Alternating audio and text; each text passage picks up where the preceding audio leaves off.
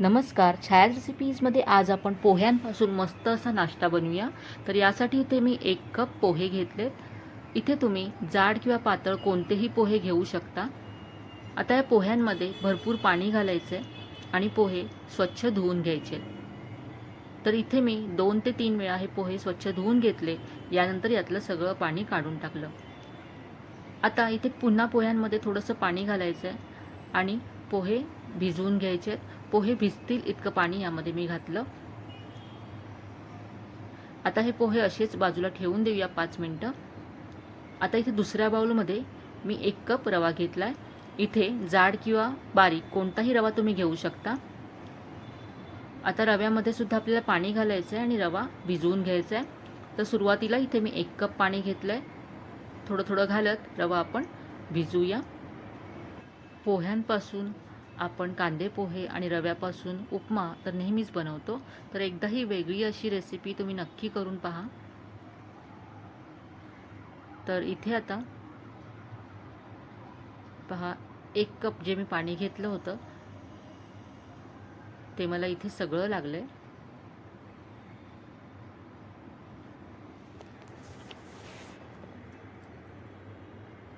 अजूनही हे मला घट्ट वाटतंय.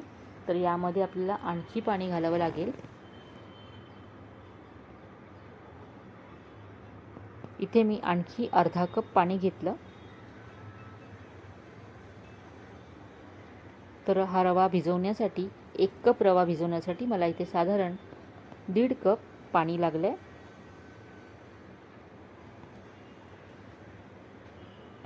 आता हे रवासुद्धा आपण असाच बाजूला ठेवूया 5 मिनटासाठी. तर इथे पहा 5 मिनटानंतर पोहे आणि रवा छान भिजलं गेलं आहे. पोहेसुद्धा सॉफ्ट झालेत आणि रवासुद्धा छान फुलला आहे. आता हे दोन्ही आपल्याला एकत्र मिक्सरच्या भांड्यामध्ये वाटून घ्यायचं आहे. तर हे आपण 2 बॅचेसमध्ये आपण हे वाटून घेणार आहोत. तर इथे मिक्सरच्या मोठ्या भांड्यामध्ये मी अर्धे पोहे घेतलेत आणि आपण जो रवा भिजत घातला होता त्यातला अर्धा रवा यामध्ये काढून घेतला आहे. आणि आता थोडंसं पाणी घालून आपण हे अगदी स्मूथ असं वाटून घेऊया. तर रवा आणि पोहे दोन्ही मी एकत्र वाटून घेतलं आहे. तर इथे 2 बॅचेसमध्ये सगळं वाटून मी तयार करून घेतलं आहे. आता यामध्ये आपण पुढचं साहित्य घालूया. तर इथे आता मी अर्धी वाटी किंवा अर्धा कप दही घेतलं आहे. थोडंसं आंबट दही इथे घ्यायचं आहे. यानंतर यामध्ये चवीप्रमाणे मीठ घालायचं आहे आणि हे मिक्स करून घ्यायचं आहे.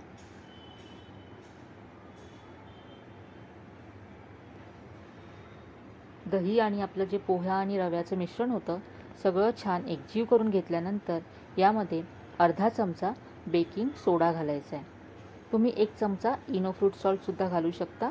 आता यावरती थोडंसं असं पाणी घालायचं सोडा ॲक्टिवेट करण्यासाठी आणि छान असं मिक्स करून घ्यायचं.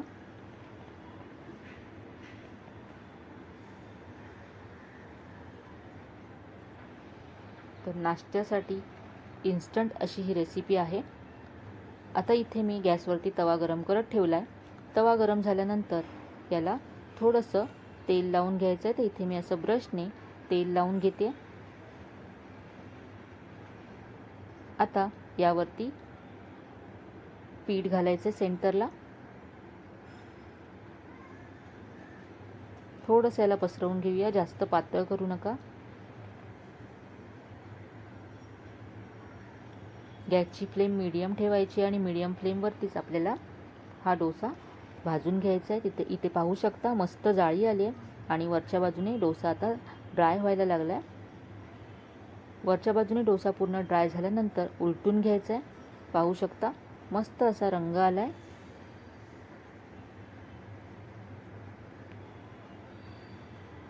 तर दोन्ही बाजूने हा डोसा मी छान असा गोल्डन ब्राऊन करून घेतला आहे. इथे आता आपण आणखी एक बनवून घेऊया. एकानंतर एक तुम्ही झटपट हे डोसे बनवू शकता. दुसरा बनवताना तुम्हाला पुन्हा तेल लावायची सुद्धा गरज नाही आहे. अगदी कमी तेलामध्ये होणारा इन्स्टंट नाश्ता आहे. नाश्त्यासाठी, मुलांच्या टिफिनसाठी झटपट होणारी ही रेसिपी नक्की करून पहा. तर इथे मी चटणीबरोबर हे डोसे सर्व केलेत. पोहे आणि रव्यापासून मस्त अशी ही रेसिपी तुम्हाला नक्कीच आवडेल. तर आजची ही रेसिपी तुम्हाला कशी वाटली कमेंटमध्ये कळवायला विसरू नका. रेसिपी आवडली असेल तर व्हिडिओला लाईक करा, शेअर करा. चॅनलवर नवीन असाल तर चॅनलला सबस्क्राईब करायला विसरू नका. चला तर मग पुन्हा भेटूया अशाच छान छान आणि नवीन नवीन रेसिपीसह. तोपर्यंत धन्यवाद.